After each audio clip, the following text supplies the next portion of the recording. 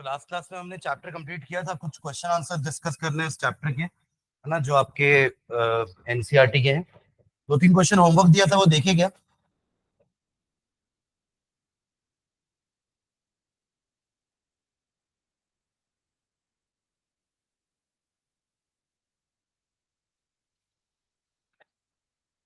कौन कौन से एक बार चलो डिस्कस कर लेते हैं।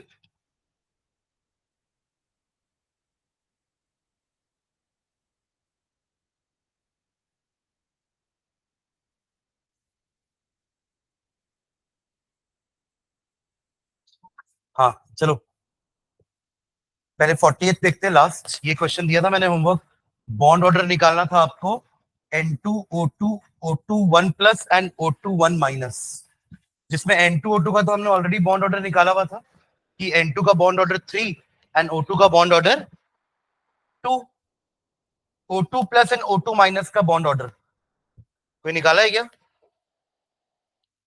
क्या है 2.5 और O2 ये इसका 2.5 बता दे,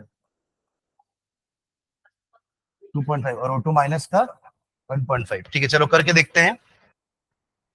देखो ऑक्सीजन की बात करें अपन तो उसमें टोटल 16 इलेक्ट्रॉन्स थे, राइट? ऐसा कुछ था ना?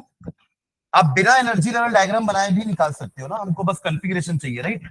तो कैसा होता है फिलिंग, पहला सिग्मा 1s में पूरे 2 इलेक्ट्रॉन भराएंगे, फिर सिग्मा स्टार 1s में भी 2 इलेक्ट्रॉन हो गए ऐसा।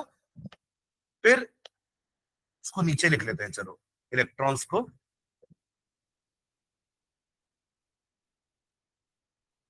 ठीक है, फिर अपन आते हैं सिग्मा 2s में, उसमें भी दोनों इलेक्ट्रॉन भरा जाएंगे।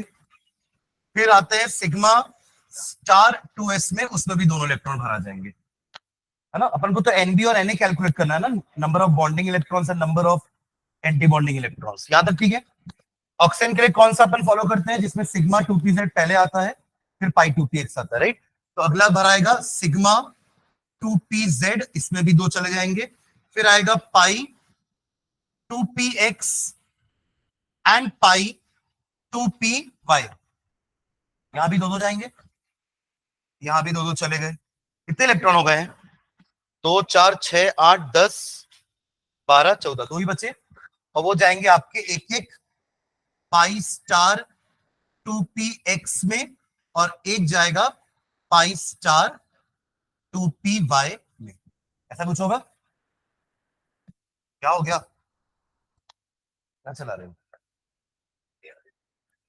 ठीक है, ये होगा कॉन्फ़िगरेशन पूरा O2 का ना। तो यहां से अपन एनबी निकाल सकते हैं। What is NB?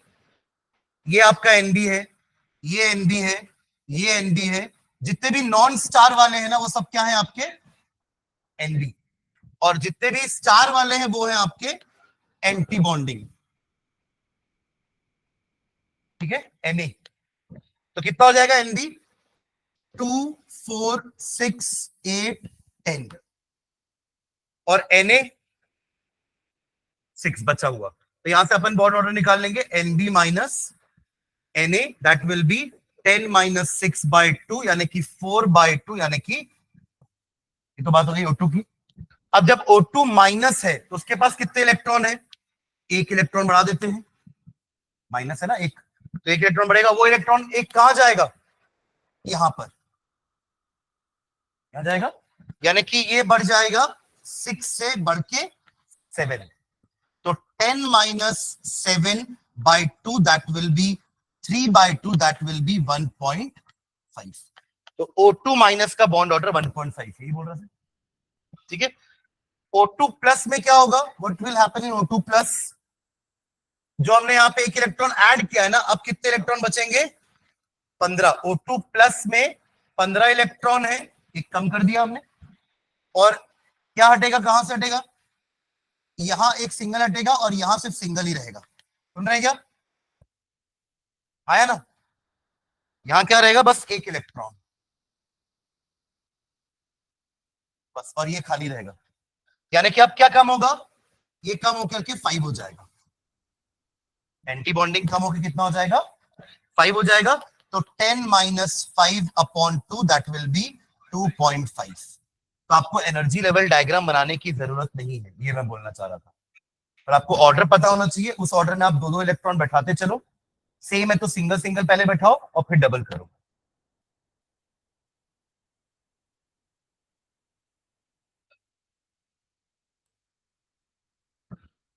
टू में से ना, हाँ वो भी कर सकते, वही चीज तो हो रही है ना। हाँ ठीक है। तो आपको N2 का तो पता ही है पहले से 3, O2 का 2, O2 प्लस का 2.5 और O2 माइनस का 1.5। ठीक है, चलो। तो greater the bond order greater is the strength, greater the bond order greater is the strength of the bond. ठीक है, and more stable is the bond, more stable is the, देखो stability तब अच्छी है कि जब आपको उसको तोड़ने में टाइम लगे, मतलब दो लोग के बीच में इतना ज्यादा अट्रैक्शन है कि आपको बहुत ज्यादा एनर्जी देनी पड़ेगी उसको तोड़ने के लिए, यानी कि वो अच्छे स्टेबल है। ठीक है, तो greater the bond order greater the strength greater will be the stability. ठीक है, स्टेबिलिटी की बात मैं इसलिए कर रहा हूं क्योंकि क्वेश्चन नंबर 36 में आपसे स्टेबिलिटी भी पूछ रहा है। Compare the relative stability of the following species and indicate their magnetic properties, ये वाला क्वेश्चन 36। तो क्या क्या कोई कौन कौन पैरामैग्नेटिक है, कौन कौन डायमैग्नेटिक है? O2 तो अपन निकाल चुके थे, O2 वाज पैरामैग्नेटिक।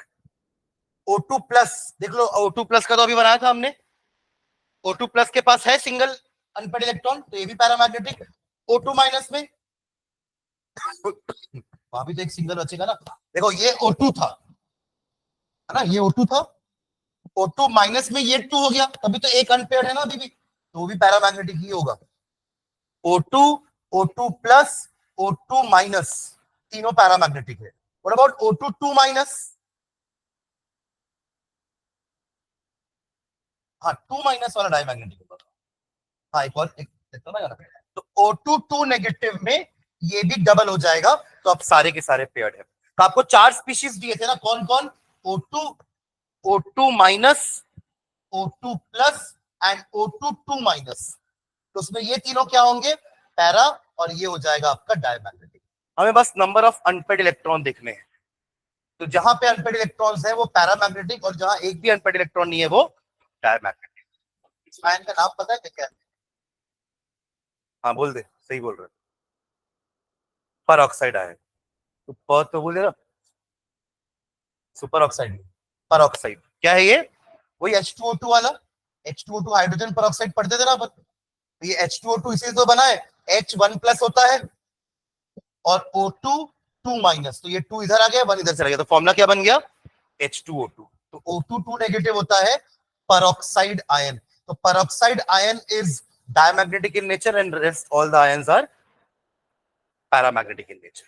ठीक है, इसके अलावा मैंने 28 दिया था, ये तो सिंपल सा क्वेश्चन था, आपको बस सिग्मा और पाई बॉन्ड काउंट करनी है। तो C2H2 क्या होता है? What is C2H2? इथाइन। नहीं तो भी आप बना के देख लो, दो कार्बन है आपके पास और दो ही हाइड्रोजन है, तो एक एक को आपने एक एक हाइड्रोजन दे दिया, तो सिंगल ही बॉन्ड बनी ना।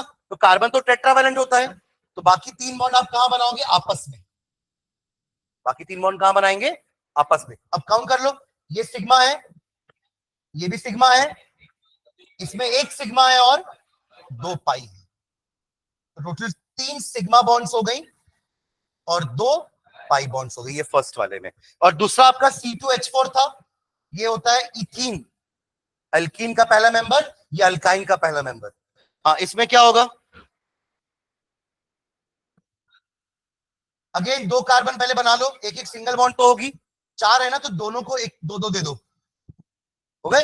अभी भी कार्बन की एक बॉन्ड कम है, तीन ही बना रहे हैं ना, तो क्या करेंगे? दोनों आपस में डबल बना देंगे, तो ये रही एक सिग्मा, दूसरी सिग्मा, तीसरी, चौथी, पांचवी, तो पांच हो गई सिग्मा बॉन्ड्स और एक हो गई पाई बॉन्ड्स। ठीक है,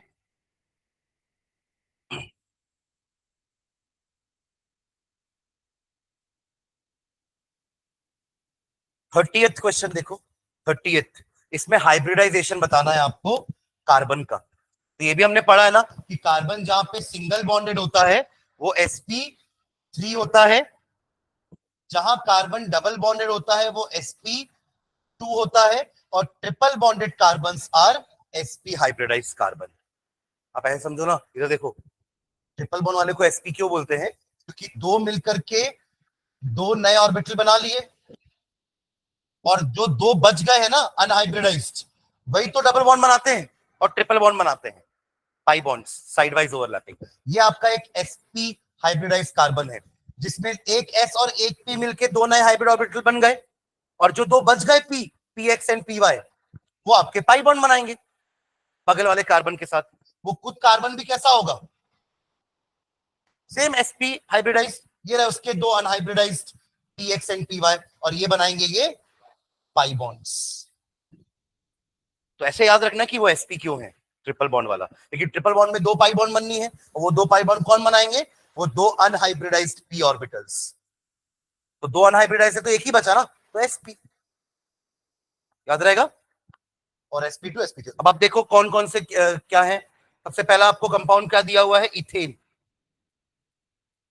दोनों कार्बन क्या है, sp3 हाइब्रिडाइज, क्योंकि सिंगल बॉन्ड है। सुन रहे हैं क्या, both the carbon are sp3 hybridise single bond. अब बी वाले में देखो, बी वाले में पहला वाला कार्बन सिंगल बॉन्डेड है तो sp3 है, सेकंड वाला sp2, क्योंकि इधर सिंगल है बट इधर तो डबल है, तो वहां वो क्या है, sp2, और लास्ट कार्बन भी sp2। अब इधर आ जाओ, दोनों carbon sp3 hybridised, single bond ही बना रहे हैं। इधर CH3 CHO, अब देखो यहां पे क्या होता है, CH3 तो ऐसा है, बट CHO में यहां डबल बॉन्ड है O के साथ, तो ये आपका sp3 हो गया और ये आपका sp2 हो गया, ठीक है। एंड लास्ट CH3COH, यहां भी देखो कैसे स्ट्रक्चर होता है, CH3 ऐसा होता है एंड COOH ऐसा होता है, COOH। तो यहां भी आपका डबल बॉन्ड बन रहा है, तो ये भी sp3 एंड sp2 है, ठीक है। चलिए नेक्स्ट,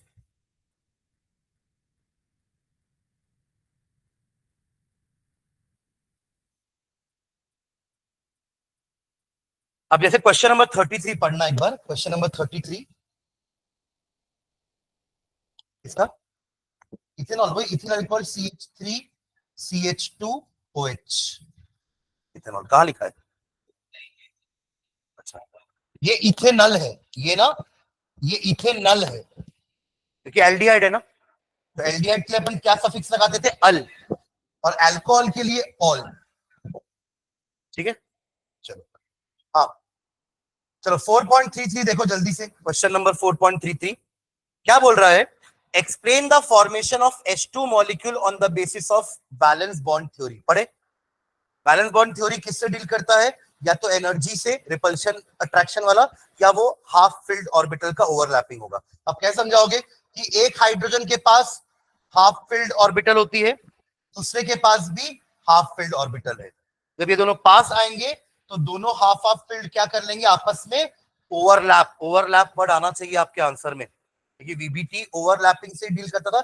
यहीं आने के बाद अपन सिग्मा और पाई बॉन्ड पढ़े हैं, तो sigma and pi bond are form by overlapping of orbitals, side wise overlapping होगी तो पाई बॉन्ड बनेगी, और हेड ऑन ओवरलैपिंग होगी तो सिग्मा बॉन्ड बनेगी। तो ये ओवरलैपिंग वर्ड आना चाहिए आपके आंसर में इस क्वेश्चन में, ठीक है। और फिर आप यहां बताओगे जब दोनों अप्रोच करेंगे तो एक इलेक्ट्रॉन अपने आप अपोजिट स्पिन हो जाएगा, और इस टाइप से ओवरलैपिंग करेंगे दोनों के s orbital. This is how hydrogen molecule is formed using VBT. और इसी का एक और क्वेश्चन कि He2 क्यों नहीं बनता है बताओ यूजिंग वीबीटी। तो अब आप यहां पे बता देना कि He2 के दोनों में क्या क्या होता है, फुल्ली फिल्ड है। मैं सर्कल क्यों बना रहा हूं, मैं तो स्फीयर क्यों बना रहा हूं, क्योंकि एस स्फेरिकल शेप का होता है, ठीक है, और वो फुल्ली फिल्ड है तो आपस में ओवरलैप नहीं करेंगे। वीबीटी ये बोलता है कि कोवेलेंट बॉन्ड इसलिए बन रही है because partial field orbitals overlap with each other, ठीक है, और ये दोनों तो फुल्ली फिल्ड है तो they will not overlap and hence He2 is not possible. और He2 is not possible using MOT बोलेगा तो आप NB माइनस Na/2 करके दिखा देना कि बॉन्ड ऑर्डर 0 आ रहा है भाई, बॉन्ड ऑर्डर क्या आ रहा है, 0। 4 इलेक्ट्रॉन है ना, He के पास कितने इलेक्ट्रॉन होते हैं, 2 होते हैं, दोनों के मिला के 4 हो जाएंगे, तो टोटल 4 इलेक्ट्रॉन कैसे बैठाओगे, sigma 1s2 and sigma star 1s2, खत्म। तो NB कितना हुआ 2 और Na कितना हुआ 2, तो बॉन्ड ऑर्डर कितना हुआ? Bond order is equals to half of NB minus Na which is 0. Bond order 0 मतलब बॉन्ड बन ही नहीं रही है, अनस्टेबल मॉलिक्यूल. तो ये दोनों थ्योरी से हम बता सकते हैं कि why He2 is not possible and why H2 is possible.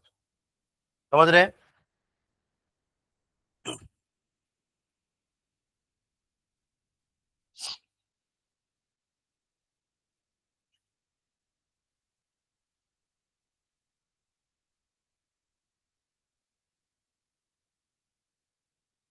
Question number 19 देखना, क्वेश्चन नंबर 19 4.19 है ना. इसके लिए एक टॉपिक हम अभी पढ़ेंगे, उसके बाद अपन क्वेश्चन नंबर 19 में आते हैं. ठीक है, कॉपी निकालना, हेडिंग लिखना एक कॉपी में. देखो हमने क्या पढ़ा ना कि कोवेलेंट बॉन्ड तो शेयरिंग से बनती है, राइट? तो उसमें कोई पॉजिटिव नेगेटिव नहीं होता. आयनिक बॉन्ड लूज और गेन से बनती है. तो ऑब्वियसली जो मेटल ने इलेक्ट्रॉन लूज किया होगा वो कैटायन बन जाएगा, और जो नॉन मेटल ने इलेक्ट्रॉन गेन किया होगा वो एनायन बन जाएगा. तो यहां आते हैं पॉजिटिव नेगेटिव का पिक्चर में आते हैं, राइट? तो ये आयनिक बॉन्ड है. कौन सी बॉन्ड है? आयनिक बॉन्ड है, करेक्ट. कोवेलेंट बॉन्ड में तो एक एलिमेंट और दूसरे एलिमेंट के बीच में शेयरिंग हो गई है, तो यहां पे आपका कोई भी चार्ज नहीं आना चाहिए था. बट फिर हमने पढ़ा ना पोलार और नॉन पोलार, अगर एक कम इलेक्ट्रोनेगेटिव है और एक ज्यादा इलेक्ट्रोनेगेटिव है तो उनमें पार्शियल चार्ज तो रहेगा, क्योंकि वो इलेक्ट्रोनेगेटिविटी ज्यादा होने के कारण शेयर्ड पेयर को अपनी तरफ खींचेगा, जिसके कारण क्या होगा? क्लोरीन बन जाएगा पार्शियल नेगेटिव, वो बन जाएगा पार्शियल पॉजिटिव. तो इसको कहेंगे आयनिक नेचर ऑफ कोवेलेंट बॉन्ड. समझ में आया क्या लिखा है मैंने? आयनिक नेचर ऑफ है तो कोवेलेंट बॉन्ड, बट उसका क्या नेचर है? आयनिक नेचर. भले फुल आयन नहीं है, पार्शियल तो है. तो इसको कहते हैं आयनिक नेचर ऑफ कोवेलेंट बॉन्ड. इसका उल्टा क्या होगा? Covalent nature of ionic bond. ये भी कुछ होता है, ठीक है? तो हेड डालेंगे covalent nature of ionic bond. Covalent nature of ionic bond, bracket में लिखना फैजन्स रूल. ब्रैकेट में फैजन्स रूल, FAJAN फैजन्स रूल. इन्होंने बात की थी covalent character of ionic bond की. ठीक है, covalent character of ionic bond. इसमें लिखना just as all the covalent bonds have just as all the covalent bonds have just as all the covalent bonds have some partial ionic character, some partial ionic character, some partial ionic character, some partial PARTIAL, some partial ionic character, comma, the ionic bonds also have the ionic bonds also have the ionic bonds also have what? Partial covalent character. Partial covalent character. Partial covalent character. तो अपन क्या लिखे समझ में आया आपको? जैसे कि हर covalent bond का कुछ पार्शियल आयनिक कैरेक्टर होता है, वैसे ही आयनिक बॉन्ड का भी पार्शियल कोवेलेंट कैरेक्टर होता है. Full stop. This partial covalent character of ionic bonds, this partial covalent character of ionic bonds, this partial covalent character of ionic bond was discussed by Fajans, was discussed by Fajans in terms of following rules, was discussed by Fajans in terms of following rules, in terms of following rules. First point लिखना, first point, first rule. The smaller the size of the cation, the smaller the size of the cation, and the larger the size of the anion, the smaller the size of the cation and the larger the size of the anion, क्योंकि ionic bond है ना, तो ionic bond तो cation और anion के बीच में बनती है, तो कैटायन छोटा होना चाहिए, एनायन बड़ा होना चाहिए, ठीक है, comma the greater the covalent character of an ionic bond, the greater the covalent character of ionic bond, the greater the covalent character of ionic bond, the greater the covalent character of ionic bond, ठीक है। Second point लिखना, फिर दोनों समझाता हूं एक साथ, है ना। सेकेंड पॉइंट लिखेंगे, the greater the charge on the cation, the greater the charge on the cation, the greater the charge on the cation, comma the greater the covalent character of ionic bond, the greater the covalent character of ionic bond,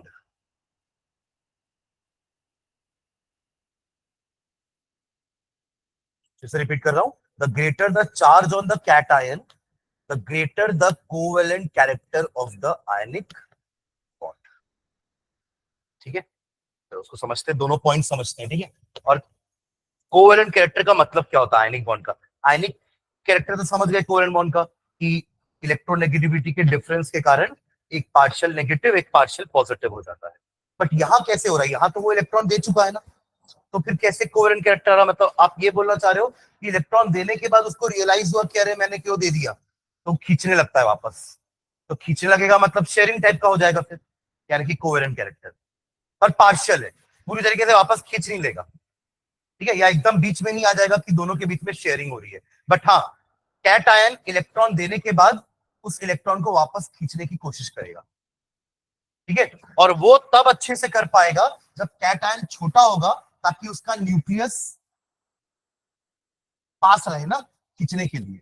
आप सोचो कि cation अगर बड़ा है तो वो an ion के electron को कैसे खींचेगा, दूर है ना बहुत उससे, पर वही अगर इसी एनायन के साथ एक छोटा कैटायन होता तो वो खींच लेता है, लेकिन न्यूक्लियस उसका जल्दी पास है उसका, समझ रहे, पहला पॉइंट समझ में आया आपको कि कैटायन छोटा होना चाहिए, एनायन बड़ा, देखो एनायन बड़ा होगा तो पता है क्या होगा कि ये वाला न्यूक्लियस उस इलेक्ट्रॉन को ज्यादा खींच नहीं पाएगा, तो ये जल्दी खींच लेगा, और ये खींचेगा मतलब कोवेलेंट कैरेक्टर आना चालू हो गया, समझे क्या फर्स्ट पॉइंट। तो कैटायन का छोटा होना और एनायन का बड़ा होना कोवेलेंट कैरेक्टर को बढ़ाता है, कोवेलेंट कैरेक्टर को बढ़ाता है, ठीक है। अब इसका एक एग्जांपल समझना कि क्वेश्चन कैसे आएगा इसमें, आपको कोई दो कंपाउंड दे देगा, पूछेगा इसका कोवेलेंट कैरेक्टर, दोनों आयनिक कंपाउंड होंगे, दोनों क्या होंगे, हम पढ़ ही रहे वही ना कि आयनिक बॉन्ड का कोवेलेंट नेचर, तो ऑब्वियसली आपको क्वेश्चन में दोनों आयनिक कंपाउंड ही देगा, और आपसे पूछा जाएगा कि बताइए किसका कोवेलेंट कैरेक्टर ज्यादा है, ठीक है। तो एक एग्जांपल लेते हैं फर्स्ट पॉइंट से रिलेटेड वाला, जिसमें अपन एक को ले लेते हैं, दोनों के लिए मैं एनायन क्लोराइड रखता हूं, एक को मैं ले लेता हूं LiCl लिथियम क्लोराइड, और एक ले लेता हूं मैं NaCl, दोनों के लिए एनायन तो बराबर है, बट कैटायन कौन छोटा होगा, हाँ Li, अरे Li छोटा होगा ना भाई, Na बड़ा होगा Li से, अरे हाँ ना, ये तो अपन पढ़ चुके ना, ऊपर से नीचे आओगे तो साइज बढ़ता है, तो लिथियम ऊपर है सोडियम नीचे है ग्रुप में, तो साइज जिसका छोटा है उसमें कोवेलेंट कैरेक्टर ज्यादा होगा, तो LiCl will have more covalent nature than NaCl, क्योंकि साइज कैटायन किसका छोटा है, LiCl का, और NaCl का कैटायन उसके कंपैरिजन में बड़ा है, समझेगा फर्स्ट पॉइंट। अब दूसरा पॉइंट आप लोग पढ़ के समझो कि समझ में आ रहा है क्या, greater the charge on the cation greater is the covalent character, ये तो इजी पॉइंट है। हाँ देखो, अगर मान लो आपके पास NaCl है और आपके पास MgCl2 भी है, साइज में ज्यादा फर्क नहीं है दोनों के, बट चार्ज में है, Na1 पॉजिटिव होता है और Mg2, तो 2 पॉजिटिव वाला ज्यादा अट्रैक्ट नहीं करेगा, ज्यादा पॉजिटिव है, ज्यादा अट्रैक्ट करेगा इलेक्ट्रॉन्स को एन आयन के, तो ये ज्यादा आयनिक होगा in comparison to Na positive. समझ गए? चार्ज ऑन द कैटायन, तो ग्रेटर द चार्ज, वही आप ले लो AlCl3 P positive, greater the charge on cation, greater will be the covalent nature। समझ गए क्या? हाँ, क्लियर है? ठीक है, तो ये 2 पॉइंट्स आपके फैजन्स रूल हुए। ठीक है, एक पॉइंट और लिखना, एक पॉइंट और है फैजन रूल में लिखना, for cations of the same size and charge, for cations of the same size and charge, ये आप पता है आप क्या बोलोगे इसको, कि आपका जो कैटायन है ना, वो आपके एनआयन को पोलराइज कर रहा है। कैसे? इलेक्ट्रॉन को अपनी तरफ खींच करके उसको पोलराइज कर रहा है, वरना इलेक्ट्रॉन पहले सिमेट्रिकली डिस्ट्रीब्यूटेड होते। अगर मैं कैटायन हूं, मैं एनआयन से इलेक्ट्रॉन खींचूंगा तो उसका इलेक्ट्रॉन इस तरफ नहीं आ जाएगा पूरा, है ना, तो वो इलेक्ट्रॉन इस तरफ आ जाएगा, पॉजिटिव चार्ज उसका उस तरफ चला जाएगा, मतलब काइंड ऑफ ऐसा कुछ होगा। ध्यान देना, ये आपका कैटायन है, ये एनआयन है, तो कैटायन इलेक्ट्रॉन को इतना खींचा कि जो इसका इलेक्ट्रॉन क्लाउड स्फेरिकल था, वो कैसा हो गया, थोड़ा सा ऐसा हो गया। क्यों? क्योंकि इलेक्ट्रॉन इस तरफ अट्रैक्ट हुए because of this positive charge. इसी को कहते हैं, हाँ, इलिप्टिकल बोल सकते हो, इसी को कहते हैं पोलराइज होना। क्या बोलते हैं? कि देखो, इसका नेगेटिव इधर आया और पॉजिटिव इसके कारण रिपेल होकर इधर भी तो जाएगा। अगर पॉजिटिव नेगेटिव को अपनी तरफ अट्रैक्ट कर रहा है तो पॉजिटिव पॉजिटिव को रिपेल भी तो कर रहा है, तो इस टाइप की पोलैरिटी बन जाएगी, और इसी को अपन कहते हैं पोलराइज करना। इसी को पोलराइज कर दिया हमने, मतलब वो पहले चार्ज नहीं था, है ना, या वो एक नेगेटिव चार्ज बॉडी था, बट हमने वहां पे 2 पोल क्रिएट कर दिए, पॉजिटिव उस तरफ, नेगेटिव इस तरफ। इसको कहते हैं पोलराइजिंग। ठीक है, तो ऑब्वियसली आप अगर एक नेगेटिव एक पॉजिटिव, या एक आप ऐसा समझो, एक ऐसी बॉडी जिसके पास पॉजिटिव नेगेटिव चार्जेस दोनों है और दोनों बराबर नंबर में है, अगर आप इसके पास एक नेगेटिव बॉडी को लेके चले गए तो क्या करेगा, ये सारे पॉजिटिव इस तरफ आ जाएंगे और सारे नेगेटिव उस तरफ, तो ये कुछ ऐसा बन जाएगा। इसी को पोलराइजिंग बोलते हैं। समझ आ रहा है? तो ग्रेटर द चार्ज, ये जो आ रहा है, अगर ये बहुत ज्यादा ग्रेटर चार्ज होता तो ये पोलराइजिंग और ज्यादा हो जाती। ठीक है, यही फैजन्स रूल। ठीक, चलो क्या लिख रहे हैं, for cations of the same size and charge, मतलब उसका चार्ज भी सेम है, साइज भी सेम है। पहले 2 पॉइंट्स तो साइज और चार्ज के साथ ही खेल रहे थे ना, कि साइज छोटा, पोलराइजिंग पावर ज्यादा, चार्ज ज्यादा, पोलराइजिंग पावर ज्यादा। अब ऐसे 2 कैटायन आपके पास है जिनका चार्ज भी सेम है और जिनका साइज भी सेम है, तो अब कैसे बताओगे कि कौन ज्यादा पोलराइज करेगा या किसका ज्यादा कोवेलेंट कैरेक्टर होगा? उसी के लिए पॉइंट लिख रहे हैं। ठीक है, हाँ लिखेंगे, तो for cations of the same size and charge, comma, the one with electronic configuration, the one with electronic configuration, the one with electronic configuration, the one with electronic configuration n minus 1 d n ns0, n minus 1 d n ns0, ये मतलब अपन transition metal की बात कर रहे हैं, D आ गया मतलब transition metal है, comma, typical of transition metal, typical of transition metals, typical of transition metals, comma, is more polarizing than the one, is more polarizing than the one, is more polarizing, यानी कि having more covalent character, is more polarizing than the one with a noble gas configuration, than the one with a noble gas configuration, than the one with the noble gas configuration.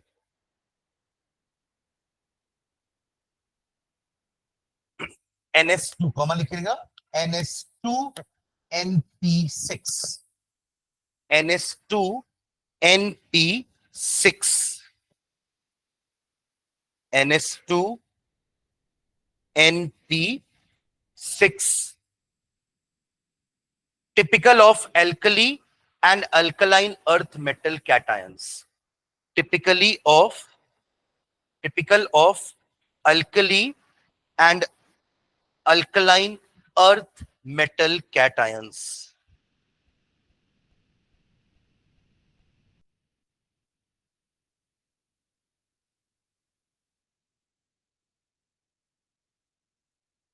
ठीक है, एक question लिखो, ये question लिखो, क्या वो question देखो, question number 19, question number 19 देखो।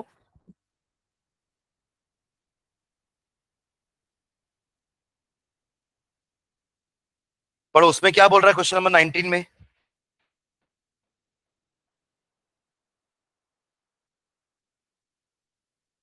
हाँ, उनको अपने arrange the bonds in order of increasing ionic character in the molecule LIF, K2O, N2, SO2 and ClF3। यहाँ पे तो आयनिक कैरेक्टर पूछ रहा है आपसे, तो कौन से में सबसे सबसे कम आयनिक कैरेक्टर होगा, देखो एक बार। हाँ, सबसे कम आयनिक कैरेक्टर, अरे जो कोवेलेंट है उनमें सबसे कम आयनिक कैरेक्टर होगा।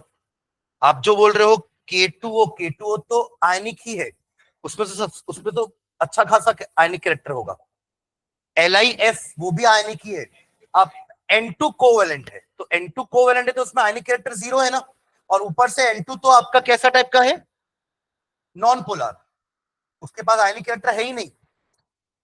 जबकि देखो उसके बाद आपके पास SO2 भी है, SO2 में तो चलो अलग अलग एलिमेंट है तो इलेक्ट्रोनेगेटिविटी का डिफरेंस है, तो वहां पे कुछ आयनिक कैरेक्टर तो होगा, बट N2 में तो 0 आयनिक कैरेक्टर है, समझ रहे। तो सबसे पहले कौन होगा, N2 सबसे पहले कौन होगा।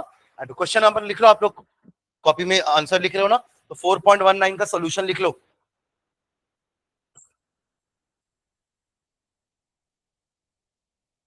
ठीक है, सबसे पहले N2।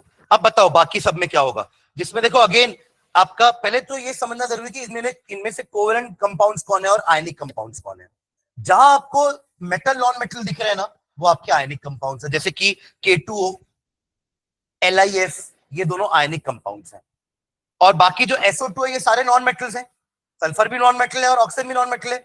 जैसे इनके बीच में ये दोनों नॉन मेटल थे तो कोवेलेंट बॉन्ड बनी, SO2 में क्या बनेगी, कोवेलेंट बॉन्ड। फिर एक और क्या दिया आपके पास, ClF3, दोनों नॉन मेटल है, इनके बीच में क्या बनेगी, कोवेलेंट बॉन्ड। ठीक है, बट SO2 में S और O के बीच में जो वो है इलेक्ट्रोनेगेटिविटी का डिफरेंस है वो ज्यादा है ना, तो ये आपका सॉरी कम है, तो ये आपके सेकेंड नंबर पे आ जाएगा। इसके बाद आएगा आपका ClF3, because F is more electronegative, सबसे ज्यादा इलेक्ट्रोनेगेटिव है ना आपका फ्लोरीन, तो इसका आयनिक कैरेक्टर ज्यादा होगा, ये मोर नेगेटिव, ये मोर पॉजिटिव। ठीक है, तो ये तीनों कोवेलेंट बॉन्ड को हमने आयनिक कैरेक्टर के हिसाब से अरेंज कर दिया। अब बच गए दो, अब इनमें बताओ किसमें ज्यादा आयनिक कैरेक्टर है, किसमें कम है। LIF में ज्यादा क्योंकि Li छोटा है और K बड़ा है, यहां अपना फैजन्स रूल काम किया कि LIF में और K2O में, LIF में और K2O में K आपका लार्जर कैटायन है और Li आपका स्मॉलर कैटायन है, तो अगला हो जाएगा आपका K2O और सबसे लास्ट में आएगा सबसे ज्यादा आयनिक कैरेक्टर LIF में। ठीक है, चलो लिख लो इसको।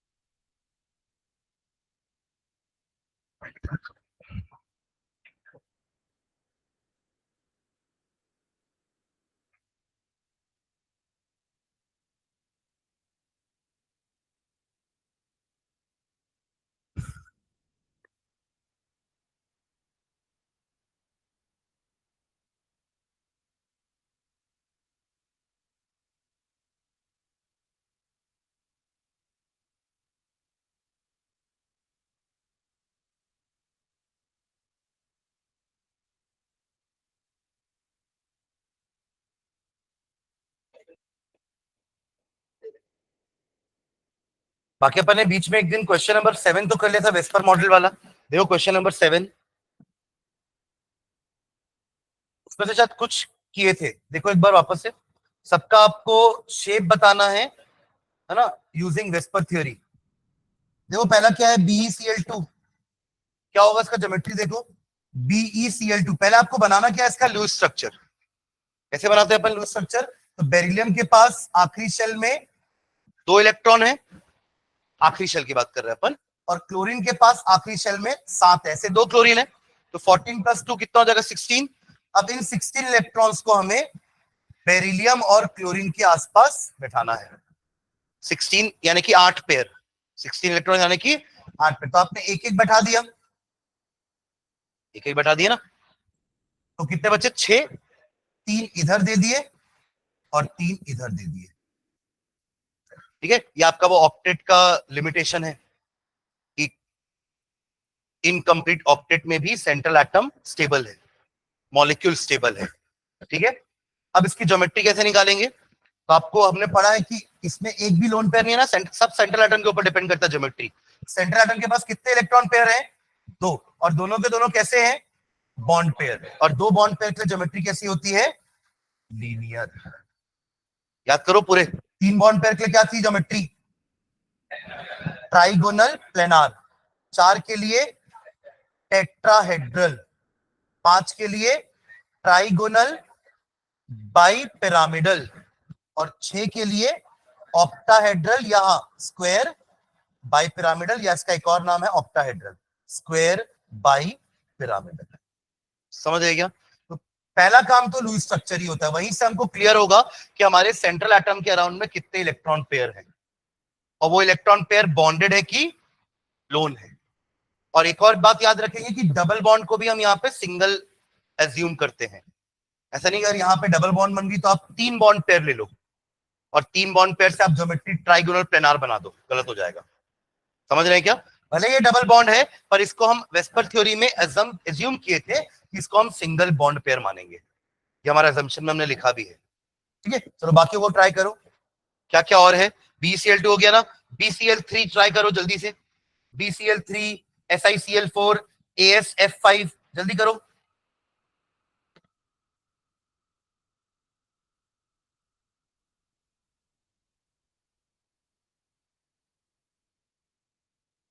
बनाइए, BCl3 का लूज स्ट्रक्चर बनाओ।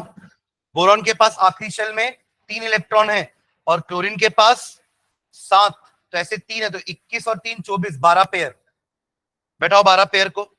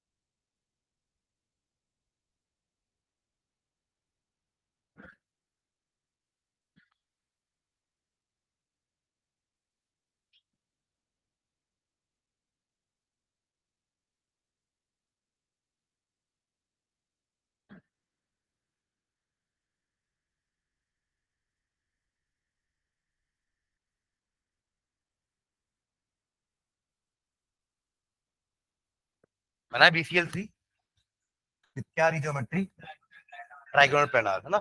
BCl3 में भी आपका एक Cl ये रहा, ये दूसरा, ये तीसरा, एक एक बॉन्ड तीनों के बीच में बना रहे हैं, और बाकी जो 9 पेयर बच गए, 3 इधर बैठा दिए, 3 इधर और 3 इधर, ये भी आपका इनकम्प्लीट ऑक्टेट में आएगा, है ना। तो अगेन 3 बॉन्ड पेयर वाला ज्योमेट्री क्या होता है? Trigonal planar.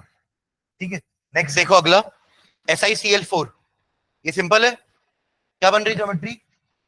Si के पास 4 इलेक्ट्रॉन, क्लोरीन के पास ऐसा बैठा दिए डायरेक्ट।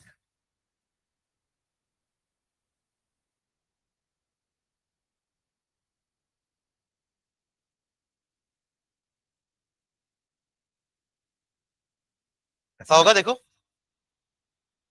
तो चारों के चारों क्या है? bond pairs.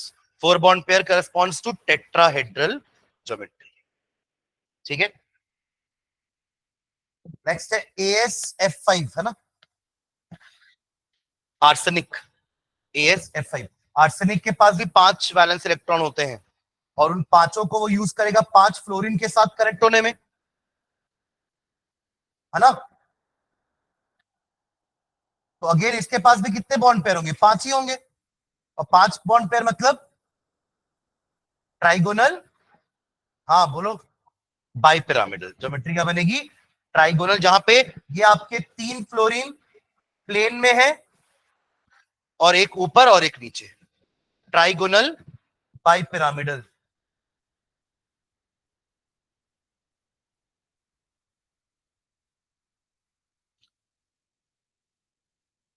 ठीक है, अगला देखो, अभी तक चारों के स्ट्रक्चर सिमेट्रिकल वाले थे ना, लोन पेयर अभी तक आया ही नहीं किसी में भी। अगला देखो H2S, H2S 4 बॉन्ड, ऐसे 4 बॉन्ड पेयर H2S में, H2S is just like H2O। कितने इलेक्ट्रॉन है सल्फर के पास, 6, और एक एक दोनों हाइड्रोजन के 8 हुए। 8 में आपने एक को, 8 यानी कि 4 हो गए ना, 4 बॉन्ड पेयर, आप 4 बॉन्ड पेयर बोले ना, हाँ तो अब 2 बॉन्ड है और बाकी 2, ये जस्ट पानी के जैसा है, मतलब पानी के जैसा स्ट्रक्चर वाइज, पानी के जैसा थोड़ी ना है, ठीक है, हाँ पानी के जैसा स्ट्रक्चर वाइज बस बोल रहा हूं कि सेंट्रल एटम के पास 2 बॉन्ड पेयर और 2 लोन पेयर, ऐसी तो पानी में भी होता है। ज्योमेट्री क्या बनती है, पेंट, वेरी गुड, क्या ज्योमेट्री बनती है, पेंट। ये है कैटेगरी टेट्राहेड्रल की, क्योंकि 4 पेयर है, 4 पेयर मतलब टेट्राहेड्रल कैटेगरी, बट चारों बॉन्ड है क्या, चारों बॉन्ड नहीं है, तो इसलिए ज्योमेट्री कैसी हो गई, डिस्टॉर्टेड टेट्राहेड्रॉन, और दिखने में कैसी दिख रही है, पेंट, ऐसा शेप, एक एस यहां, 2 एच यहां, ठीक है। चलो लास्ट PH3 देखो, PH3 फॉस्फोरस, PH3, पी के पास 5 इलेक्ट्रॉन होते हैं लास्ट शेल में, तो वो 5 में से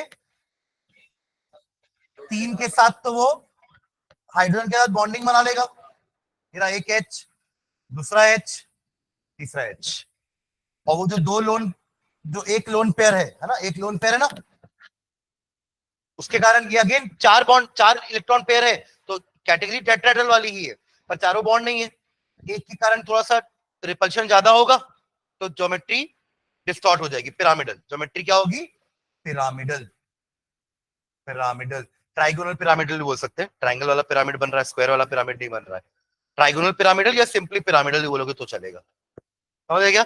it is just like NH3, जैसे H2S पानी के जैसा था स्ट्रक्चर वाइज, वैसे ये किसके जैसा है, NH3, क्लियर है, हाँ, ज्योमेट्री हो जाएगी पिरामिडल, ठीक है। बाकी अपन ने रेजोनेंस का स्ट्रक्चर देखे हैं, और मैंने आप लोगों को टेस्ट में भी दिया था रेजोनेंस का स्ट्रक्चर बनाने के लिए, वही है इसमें, और कुछ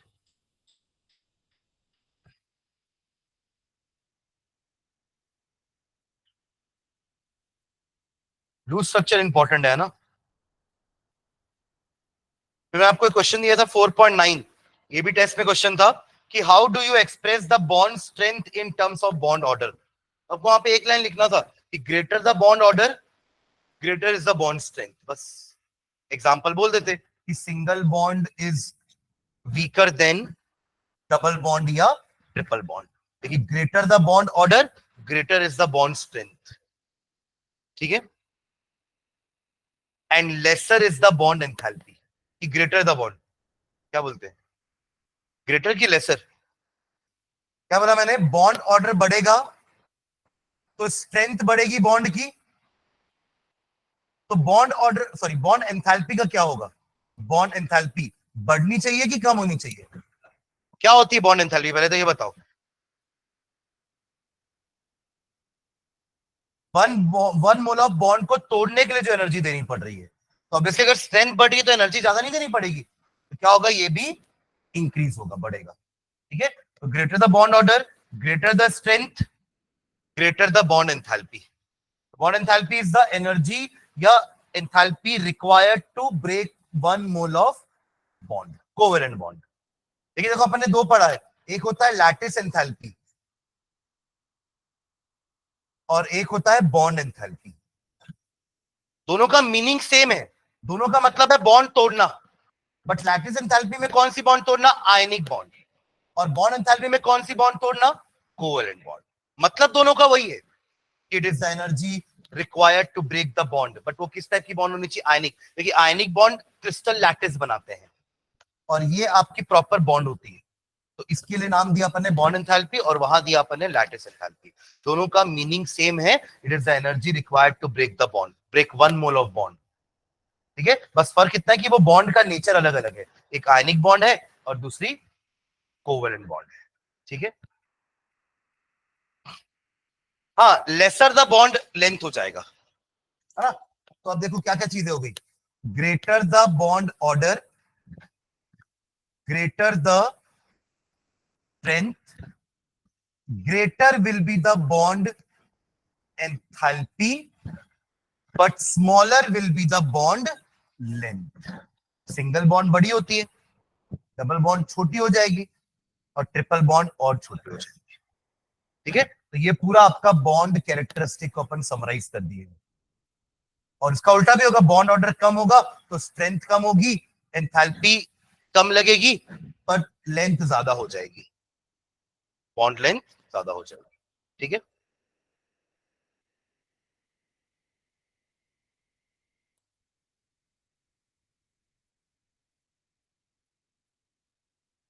देखो जो मैं आपको क्वेश्चन बोला था ना कि He2 वाला, वो अभी आपको क्वेश्चन नंबर 35 में दिखेगा, 4.35 देखो, use MOT to explain why the Be2 molecule does not exist, दिख रहा है question number 35, use MOT to explain why the Be2 molecule does not exist. दिखा, अभी जैसे मैंने आपको He2 बताया था, बट किससे प्रूव करना है, MOT से। तो वही आपको NB-Na/2 को जीरो या नेगेटिव दिखाना है, जीरो और नेगेटिव में वो बॉन्ड एग्जिस्ट नहीं करेगी, सिर्फ पॉजिटिव होने पर ही हम बोलेंगे कि द कंपाउंड इज पॉसिबल या वो कंपाउंड स्टेबल है। जहां आपको बॉन्ड ऑर्डर जीरो या नेगेटिव दिखेगा, यानी कि वो मॉलिक्यूल अनस्टेबल है या एग्जिस्ट ही नहीं करता है। तो आप ऐसे ही Be2 बनाओगे और NB-Na/2 करके उसका बॉन्ड ऑर्डर निकालोगे। निकालेंगे बॉन्ड ऑर्डर कितना होगा, देखो बेरिलियम के पास कितने इलेक्ट्रॉन होते हैं, 4, तो 2 बेरिलियम के पास मिला के कितने हो जाएंगे,